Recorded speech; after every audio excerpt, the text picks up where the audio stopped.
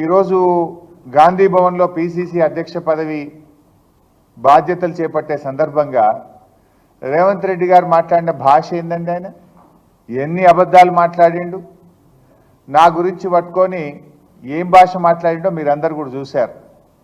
తాటి చెట్టంతా పెరిగిండని, దూలమూల పెరిగిండని, దూడకుండంత మెదడు లేదంటాడు, సన్యాసి అంటాడు, ఏడదాక్కున్నాడు అంటాడు. నాకు మాట్లాడరాకనా?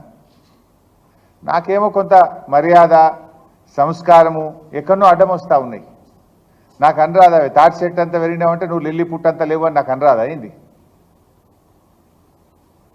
నువ్వు నన్ను సన్యాసి అంటే నిన్ను సన్యాసి అనడం నాకేమైనా పెద్ద కష్టమైన పని? అది నువ్వు పదే పదే నా ఎత్తు గురించి దుర్భాషలాడుతూ ఉన్నాడు ఆయన.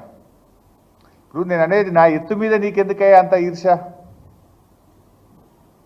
ఇప్పుడు మనం ఎంత ఎత్తు పెరగాలనో మన చేతులు ఉంటుందా? దేవుడిచ్చిన సృష్టి అది. మనం ఎంత ఎత్తు పెరగాలనేది మన చేతుల్లో ఉంటుందా? ఏమి అది భగవంతుడు ఇచ్చింది. నువ్వు ఎంతసేపు నా మీద ఏదో అసూయ పడుతున్నట్టున్నావు, హరీష్ అంత ఎత్తు పెరగలేదని. ఇప్పటికి ఒక 20 సార్లు మాట్లాడితివి.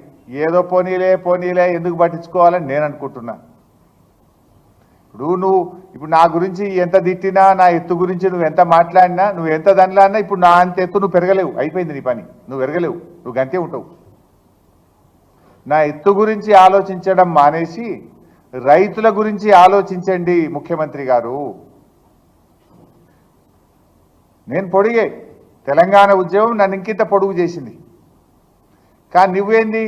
నీ బుద్ధి కురచ, నీ చరిత్ర కురచ, నీ భాష కురచ, నీ కురచతనం వల్ల కలిగిన ఆత్మన్యూన్యతా భావం వల్ల పదే పదే నువ్వు నా పొడుగు గురించి మాట్లాడి నువ్వు నీ విలువ నువ్వు తగ్గించుకుంటున్నావు. రేవంత్ రెడ్డి గారు బంద్ చేయి, ఊకే చిల్లర మాటలు బంద్ చేసి రైతుల గురించి ఆలోచించు, రాష్ట్రం గురించి ఆలోచించు, ప్రజల గురించి ఆలోచించు, ప్రజలకు ఏం చేయాలనో ఆలోచించు.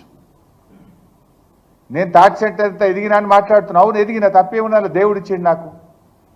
నువ్వు వెంపల చెట్టు అంతా కూడా ఎదగలే కదా, నీకు దేవుడు గంతే ఇచ్చిండు. ఊకే దాని గురించి మాట్లాడితే ఏమొస్తుంది? ఒక ముఖ్యమంత్రిగా రాష్ట్రంలో ప్రజలకు మేలు చేయడం గురించి మాట్లాడు. నీకు ప్రజలు ఒక గొప్ప అవకాశం ఇచ్చిండ్రు, అది పనిలో రూపించు. ఇవాళ ఆయన మళ్ళీ మాట్లాడుతూ ఏమంటాడంటే రుణమాఫీ నేను పూర్తి చేసినా అని మాట్లాడు. రుణమాఫీ నిజంగా జరిగిందా? నువ్వు ఏం చెప్పినావు? దేవుడి మీద ఒట్టి పెట్టి అటున్న సూర్యుడు ఇటు పొడిచినా, ఎవడున్నా ఎవడు లేకపోయినా 15 ఆగస్టు కల్లా రుణమాఫీ పూర్తి చేస్తా అన్నావు. అయిందా రుణమాఫీ? ఎందుకు చిల్లర మాటలు మాట్లాడుతున్నావు? ఏ ఊరికి పోదాం? నీ కొండారెడ్డిపల్లికి పోదాంపా. డేట్ చెప్పు, టైము చెప్పు, నేను వస్తా. నీ కొండారెడ్డిపల్లి చౌరస్తాలు అడుగుదాం. నీ ఊర్లో రుణమాఫీ అయిందేమో రైతుల్ని అడుగుదాంపా. లేదు నేను చెప్తా, ఇగో నేను మా ఊర్లో నా నియోజకవర్గంలో తయారు చేయించిన సిద్దిపేట రూరల్ మండలం వెంకటాపూర్ గ్రామం ఇంటింటికి పంపించి నేను సర్వే చేయించిన. ఆ గ్రామంలో ఇప్పటి వరకు ఎంతమందికి రుణమాఫీ అయింది, ఎంత డబ్బైంది, ఎంతమందికి కాలేదు వివరాలు తెప్పించిన. వెంకటాపురం గ్రామం సిద్దిపేట మండలం రుణమాఫీ జరిగింది 122 మందికి, జరగంది 82 మందికి రుణమాఫీ జరగలేదు.